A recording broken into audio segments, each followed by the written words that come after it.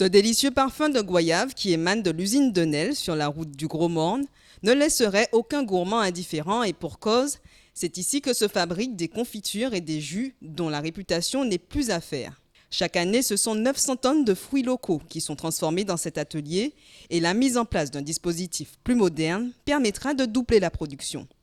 Aussi, dans le cadre du programme de développement rural régional de la Martinique, le Conseil régional a accordé une subvention de 219 874 € d'aide à ce projet.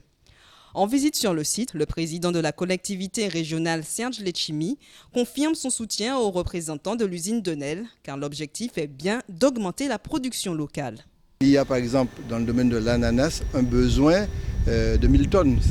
Alors qu'on sait qu'on peut produire l'ananas, bien sûr il y avait des problèmes de maladie de l'ananas, mais comment faire de telle sorte qu'on puisse mettre des terres à la disposition des jeunes qui veulent produire l'ananas, leur garantir un bon prix et passer des contrats avec des unités de transformation comme Nesle pour éviter d'importer de la pulpe d'ananas. Ça n'a pas de sens.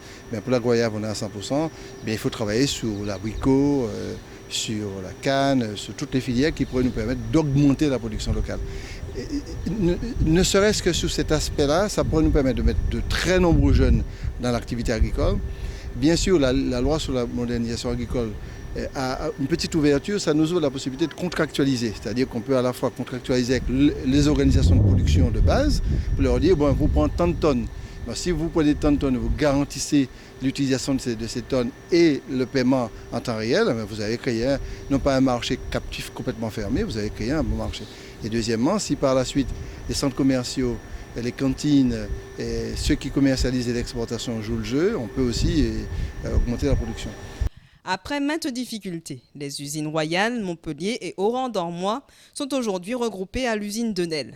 Celle-ci est actuellement approvisionnée par l'association Vergers et Jardins Tropicaux et la coopérative Ananas Martinique.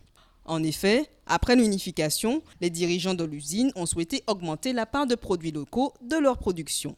En 10 ans à peu près, on a multiplié par 7 les volumes de fruits apportés à l'usine. Donc en 99, vous aviez 200 tonnes de fruits. Cette année, on va avoir 1400 tonnes de fruits. Et tout ça, c'est environ 1 million d'euros qu'on redistribue à des producteurs locaux. Alors pourquoi développer une filière fruits ? Je pense parce que ça permet de valoriser complètement le produit fini. Ça améliore le goût des produits, ce qui est important pour le consommateur. Et puis il y a une troisième chose aussi, c'est qu'avec des notions de sécurité d'approvisionnement et des prix relativement stables, et on se dit bon maintenant il faut qu'on continue dans les 30% qui restent, puisqu'on je dis il y a les 71% qui sont achetés en local, dans les 30% qui restent, comment on peut continuer à faire basculer des produits qui sont importés aujourd'hui vers des fruits qui vont être achetés localement. Des fruits tels que l'ananas, la mangue, le maracuja, l'abricot pays.